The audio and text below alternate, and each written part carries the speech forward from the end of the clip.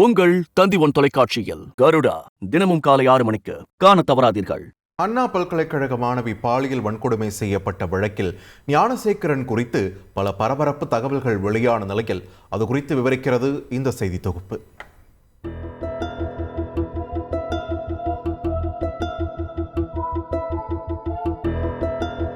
அண்ணா பல்கலைக்கழக மாணவி பாலியல் வன்கொடுமை செய்யப்பட்ட விவகாரம் நாடு முழுவதும் பெரும் அதிர்ச்சியை ஏற்படுத்தியிருக்கிறது.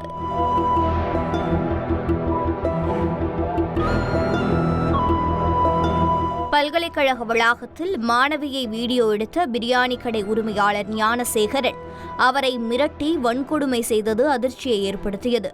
இதனைத் தொடர்ந்து ஞானசேகரன் கைது செய்யப்பட்டு சிறையில் அடைக்கப்பட்டார். இந்த விவகாரம் தொடர்பாக சென்னை உயர்நீதிமன்றம் சிறப்பு விசாரணை குழுவை அமைத்து உத்தரவிட்டதைத் தொடர்ந்து அந்த குழு தீவிர விசாரணை நடத்தி வருகிறது. அதே நேரத்தில் தேசிய மகளிர் ஆணையமும் இந்த விவகாரம் தொடர்பாக நேரடியாக அண்ணா பல்கலைக்கழகம் வந்து விசாரணை நடத்தினர்.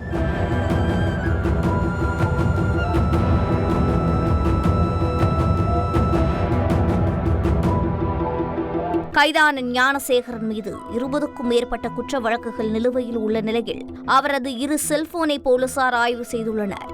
அதில் பல ஆபாச வீடியோ இருப்பதை உறுதி செய்துள்ளனர்.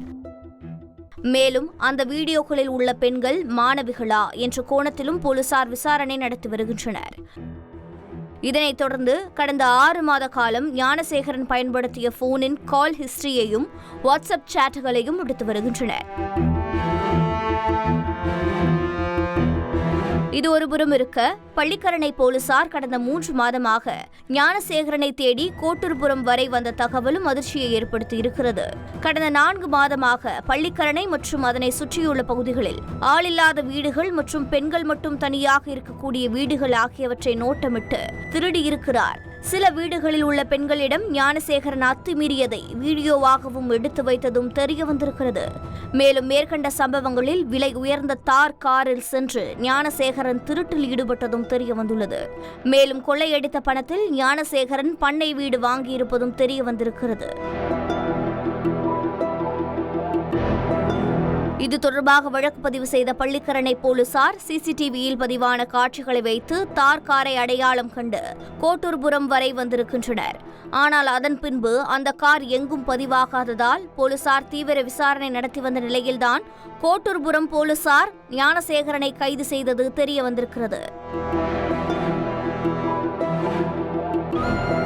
மேலும் பள்ளிக்கரணையில் திருட்டு சம்பவத்தில் ஈடுபட்ட பின்னர்தான் மாணவியை ஞானசேகரன் பாலியல் வன்கொடுமை செய்ததாகவும் கூறப்படுகிறது. மாணவி வன்கொடுமையில் சொல்லப்படும் சார் யார் என்பதும், ஞானசேகரன் கொள்ளை சம்பவத்துக்கு பயன்படுத்திய தார் கார் யாருடையது என்பதும் ஞானசேகரன் சொல்லப்போகும் பதில்கள் இந்த வழக்கில் அடுத்த பெரும் திருப்பமாக இருக்கும் என நம்பப்படுகிறது. தந்தி டிவி செய்திகளுக்காக செய்தியாளர் சாலமன். உங்கள் தந்தி1 தொலைக்காட்சியில் கருடா தினமும் காலை 6 மணிக்கு காண தவறாதீர்கள்.